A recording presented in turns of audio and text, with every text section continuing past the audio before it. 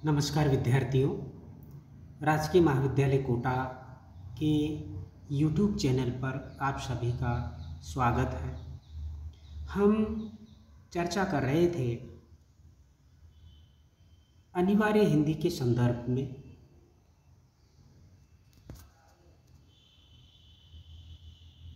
जो आपकी पाठ्य पुस्तकें हैं गद्य और पद्य, जिसमें जो पाठ्य सामग्री है उनमें जो पाठ्य सामग्री है वो हिंदी साहित्य के आधुनिक काल से संबंधित है। इसलिए कुछ प्रश्न आधुनिक काल के इतिहास से संबंधित भी हो सकते हैं। इसी संदर्भ में हम जो बात कर रहे थे, चूँकि आपके जो पाठ्यक्रम से संबंधित ई कंटेंट वाली सामग्री है वह YouTube चैनल पर पर्याप्त मात्रा में हमने आपके लिए प्रस्तुत कर दी है। YouTube चैनल के हिंदी प्लेलिस्ट में जाकर के आप देख सकते हैं। उसमें लगभग सभी जो पाठ है, चाहे वो गद्य के हो, पद्य के हो, व्याकरण के हो, सभी के हमने उस पर अपलोड किए हुए हैं। लेकिन ये जो हिस्सा था, ये जो भाग है इतिहास का, उस पर भी हम आपके सामने जो पाठ्य सामग्री है वो आपके सामने प्रस्तुत कर रहे हैं। हम चर्चा कर रहे थे हिंदी साहित्य का आधुनिक कालखंड, और उसमें भी जो आधुनिक कालखंड का पहला जो पड़ाव है, पहला चरण है, जिसे हम भारतेंदु युग के नाम से जानते हैं। चूँकि हम धारावाहिक रूप में आधुनिक काल के जितने भी कालखंड है, भारतेंदु युग, द्विवेदी युग, छायावाद, प्रगतिवाद, प्रयोगवाद, नई कविता, साठोत्तरी हिंदी कविता, उनसे संबंधित वस्तुनिष्ठ जानकारी आपके सामने रखेंगे। इसलिए क्रमशः अब तक हम हिंदी साहित्य के इतिहास पर 3 वीडियो बना चुके हैं, ठीक है। और एक था जिसमें कॉमन जानकारी थी सभी कालखंडों की संक्षेप में। अब हम भारतेंदु युग से ही अलग अलग चर्चाएं कर रहे हैं, और इस प्रकार की जो चर्चा है वो ये तीसरी चर्चा है। इसमें हम बात कर रहे थे, और हमारी इससे पहले की जो चर्चा थी भारतेंदु युग और उस पर उसके जो प्रमुख कवि हैं, और कवियों में भी हम भारतेंदु हरिश्चंद्र पर बात कर रहे थे। भारतेंदु हरिश्चंद्र का सामान्य परिचय और भारतेंदु हरिश्चंद्र का जो जीवन परिचय है, उनका जन्म है, जन्म स्थान है, उनका जो बचपन है, उनकी जो सहज काव्य प्रतिभा है, उसके बारे में हम पूर्व में चर्चा कर चुके हैं। अब हम भारतेंदु हरिश्चंद्र के कृतित्व पर प्रकाश डालेंगे। कृतित्व का तात्पर्य ये होता है कि जो उनकी रचनाएं हैं वो कौन कौन सी रचनाएं हैं, उनके क्या विषय हैं, उनका विशद विवेचन कृतित्व के अंतर्गत किया जाता है। यानी उन्होंने अपना जो कवि कर्म है वो किस प्रकार से और किस रूप में संपादित किया, इसका वर्णन किया जाता है। तो देखिए भारतेंदु हरिश्चंद्र का कृतित्व। भारतेंदु के बृहत साहित्यिक कृतित्व एवं योगदान के कारण ही 1857 से 1900 ईस्वी तक के काल को भारतेंदु युग के नाम से जाना जाता है। यानी कि 1857 भी मान सकते हैं हम, 1850 भी मान सकते हैं। 1850 से लेकर जो 1900 अर्थात 50 वर्षों का जो कालखंड है वह हिंदी साहित्य के इतिहास में भारतेंदु युग के नाम से जाना जाता है, क्योंकि इस युग में भारतेंदु हरिश्चंद्र ने साहित्य चेतना का प्रतिनिधित्व किया था, साहित्य चेतना का नेतृत्व किया था, नेतृत्व प्रदान किया था, और उन्होंने ही हिंदी साहित्य को रीतिकाल के गर्त से निकाल करके आधुनिकता के द्वार पर ला करके खड़ा किया था और आधुनिकता में प्रविष्ट करवाया था। इसलिए इस युग का नाम, आधुनिक काल के पहले चरण का नाम भारतेंदु युग रखा गया है। आचार्य रामचंद्र शुक्ल के अनुसार भारतेंदु अपनी सर्वतोमुखी प्रतिभा के बल से एक ओर तो पद्माकर द्विजदेव की परंपरा में दिखाई पड़ते थे, तो दूसरी ओर बंग देश के माइकेल और हेमचंद्र की श्रेणी में। एक ओर तो राधा कृष्ण की भक्ति में झूमते हुए नई भक्तमाल गूंथते दिखाई देते थे, तो दूसरी ओर मंदिरों के अधिकारियों और टीकाधारी भक्तों के चरित्र की हंसी उड़ाते और स्त्री शिक्षा, समाज सुधार आदि पर व्याख्यान देते पाए जाते हैं। प्राचीन और नवीन का सुंदर सामंजस्य भारतेंदु की कला का विशेष माधुर्य है। कहने का तात्पर्य यह कि भारतेंदु हरिश्चंद्र के अंदर, चूँकि हम पहले ही कह चुके हैं कि भारतेंदु हरिश्चंद्र आधुनिक और प्राचीन दोनों युगों की संधि पर खड़े थे। आधुनिक काल और रीतिकाल के बीच की जो संधि वेला थी उसमें भारतेंदु हरिश्चंद्र खड़े थे। इसलिए उनके साहित्य के अंदर जहाँ कुछ रीतिकालीन अवशेष भी देखने को मिलते हैं, वहीं दूसरी तरफ आधुनिक युग का श्री गणेश तो उसमें है ही सही, आधुनिक युगीन चेतना तो उनमें है ही सही। इस प्रकार से भारतेंदु हरिश्चंद्र में प्राचीन और नवीन का सुंदर सामंजस्य दिखाई पड़ता है। यही उनके कृतित्व का, यही उनके व्यक्तित्व का वैशिष्ट्य है, विशिष्टता है, मधुरता है उनकी कला का। 15 वर्ष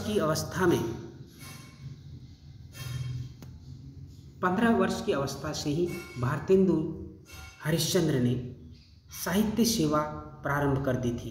18 वर्ष की अवस्था में उन्होंने कवि वचन सुधा, जो कि उस समय की महत्वपूर्ण पत्रिका थी, उस पत्रिका का संपादन किया।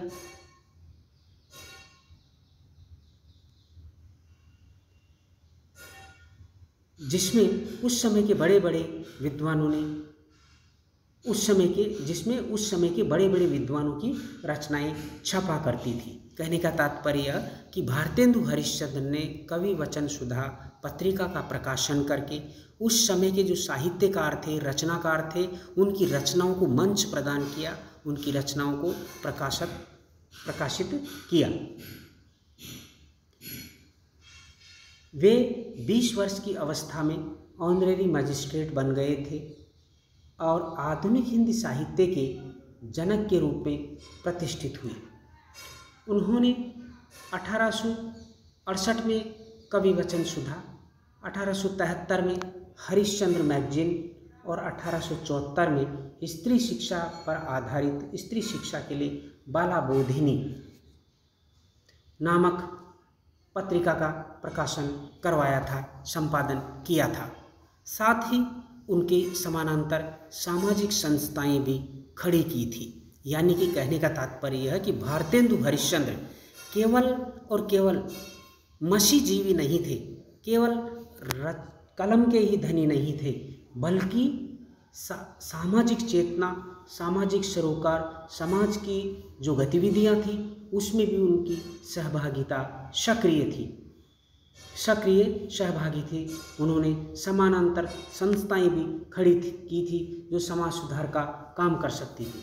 वैष्णव भक्ति के प्रचार के लिए उन्होंने तदीय समाज की स्थापना की। ध्यान रखिए, जनरल नॉलेज का भी प्रश्न है कि तदीय समाज की स्थापना किसने की थी, तो उत्तर होगा भारतेंदु हरिश्चंद्र ने। राजभक्ति प्रकट करते हुए भी अपनी देशभक्ति की भावना के कारण उन्हें अंग्रेजी हुकूमत का कोपभाजन बनना पड़ा था। उनकी लोकप्रियता से प्रभावित होकर काशी के विद्वानों ने 1880 में उन्हें भारतेंदु यानी कि भारत का चंद्रमा की उपाधि प्रदान की थी। ये उनकी महत्वपूर्ण उपलब्धि है, या कि उनके उस युग के साहित्यिक और सामाजिक चेतना के प्रभाव का परिणाम है कि उस समय के विद्वानों ने उन्हें भारतेंदु अर्थात भारत के चंद्रमा की उपाधि प्रदान की। हिंदी साहित्य को भारतेंदु की देन भाषा और साहित्य दोनों ही क्षेत्रों में है। भाषा के क्षेत्र में क्यों है? क्योंकि उन्होंने हिंदी साहित्य को एक नई भाषा दी जिसका नाम है खड़ी बोली। क्योंकि पहले भक्ति काल के अंदर दो भाषाएं थी, दो बोलियां थी जो महत्वपूर्ण थी, जिसमें साहित्य रचना की जा रही थी। एक तो ब्रज भाषा और दूसरी थी अवधी भाषा। रीतिकाल में ब्रज भाषा का बोलबाला रहा, लेकिन ब्रज भाषा जन चेतना का माध्यम नहीं बन पा रही थी। खड़ी बोली जन चेतना का माध्यम थी। इसीलिए भारतेंदु हरिश्चंद्र ने ब्रज भाषा को छोड़ करके जो जनता की भाषा है, खड़ी बोली है, उसमें साहित्य रचना करने के लिए लोगों को प्रेरित किया। और जो उर्दू, अंग्रेजी का आधिपत्य भारतीय भाषा पर हो रहा था, उसको समाप्त करने की कोशिश की। इसलिए ये कहा जाता है कि उन्होंने केवल साहित्य के क्षेत्र में ही योगदान नहीं दिया, बल्कि भाषा के क्षेत्र में भी योगदान दिया था। भाषा के क्षेत्र में उन्होंने खड़ी बोली के उस रूप को प्रतिष्ठित किया जो उर्दू से भिन्न है और हिंदी क्षेत्र की बोलियों का रस लेकर संवर्धित हुई है। भाषा के उस रूप को आगे बढ़ाने की कोशिश की थी।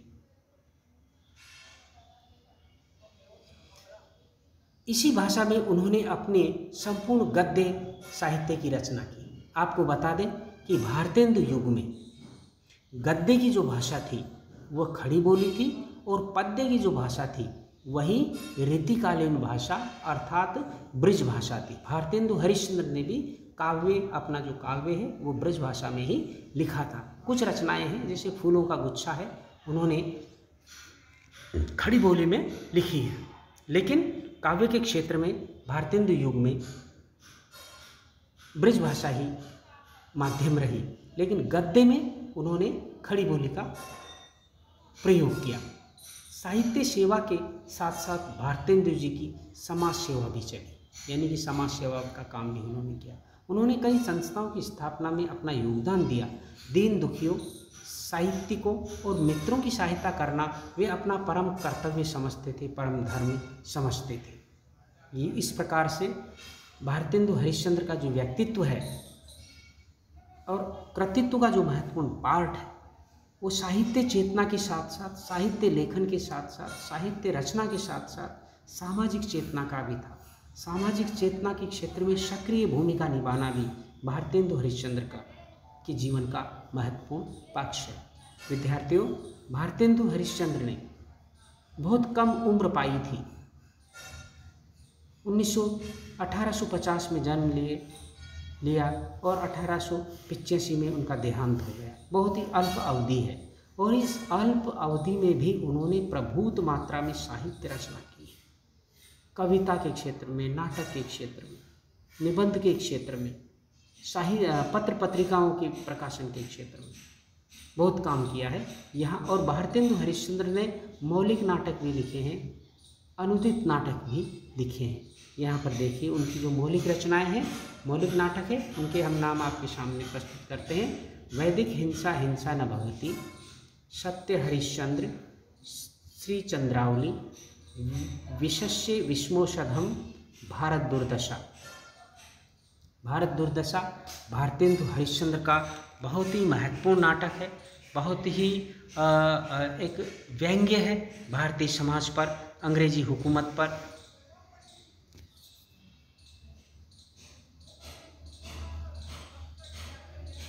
दूसरे नाटक देखिए, नील देवी, जो कि ऐतिहासिक गीत रूपक है। अंधेर नगरी एक प्रहसन है। प्रेम जोगिनी नाटक है। इनके सामने इनका जो प्रकाशन वर्ष है वह भी लिख रखा है, इसको भी आप ध्यान रखना। सती प्रताप यह अपूर्ण है, जो 1883 में लिखा था लेकिन पूरा नहीं कर पाए, केवल 4 दृश्य हैं। ये गीति रूपक है और बाबू राधाकृष्ण दास ने बाद में इसको पूरा किया था, सती प्रताप को। ये बात आप ध्यान रखिएगा कि भारतेंदु हरिश्चंद्र का जो अपूर्ण नाटक है उसका नाम बताइए, तो आप बताएंगे सती प्रताप। और इस नाटक को पूरा किसने किया था? ये है राधाकृष्ण दास ने। अब इनके जो अनुदित नाटक है, अर्थात जो अनुवाद किए गए हैं, जो दूसरी भाषा के नाटक थे, उनको खड़ी बोली में इन्होंने अनुदित किया, हिंदी में अनुदित किया। एक विद्या सुंदर, नाटक, दूसरा है पाखंड विडंबन। आगे देखिए, धनंजय विजय, कर्पूर मंजरी, भारत जननी, मुद्रा राक्षस, दुर्लभ बंधु। इन नाटकों के बारे में संक्षेप में जो जानकारी है वो आपके इनके सामने दे रखी है। जैसे दुर्लभ बंधु है, यह 1880 में लिखा था और शेक्सपियर की मर्चेंट ऑफ वेनिस का अनुवाद है। मुद्रा राक्षस है, विशाख दत्त के संस्कृत नाटक का अनुवाद है। भारत जननी नाटक गीत बांग्ला की भारत माता के हिंदी अनुवाद पर आधारित है। इसी प्रकार से उनके जो निबंध संग्रह है उनकी भी आप जानकारी देख सकते हैं। नाटक कालचक्र, लेवी प्राण लेवी, भारत वर्षोन्नति कैसे हो सकती है। फिर है उनके नाटक संग्रह है कश्मीर कुसुम, जातीय संगीत, संगीत सार, हिंदी भाषा, स्वर्ग में विचार सभा। और उनकी जो काव्य कृतियाँ हैं उनको देखिए, भक्त सर्वस्व, प्रेम मालिका, प्रेम माधुरी, प्रेम तरंग, उत्तरार्ध भक्तमाल, प्रेम प्रलाप और होली। फिर आगे काव्य कृतियाँ देखिए, मधु मुकुल, राग संग्रह, वर्षा विनोद, विनय प्रेम पचासा, फूलों का गुच्छा। ये लाल रंग इसलिए कर रखा है कि ये खड़ी बोली में है। बाकी सब जो रचनाएं हैं, कविताएं हैं, वो ब्रज भाषा में लिखी गई है, लेकिन जो फूलों का गुच्छा है यह किस में है? खड़ी बोली में। ठीक है। और प्रेम फुलवारी, कृष्ण चरित, दान लीला, तन्मय लीला, नए जमाने की मुकरी। फिर देखिए सुमनांजलि, बंदर सभा, बकरी विलाप।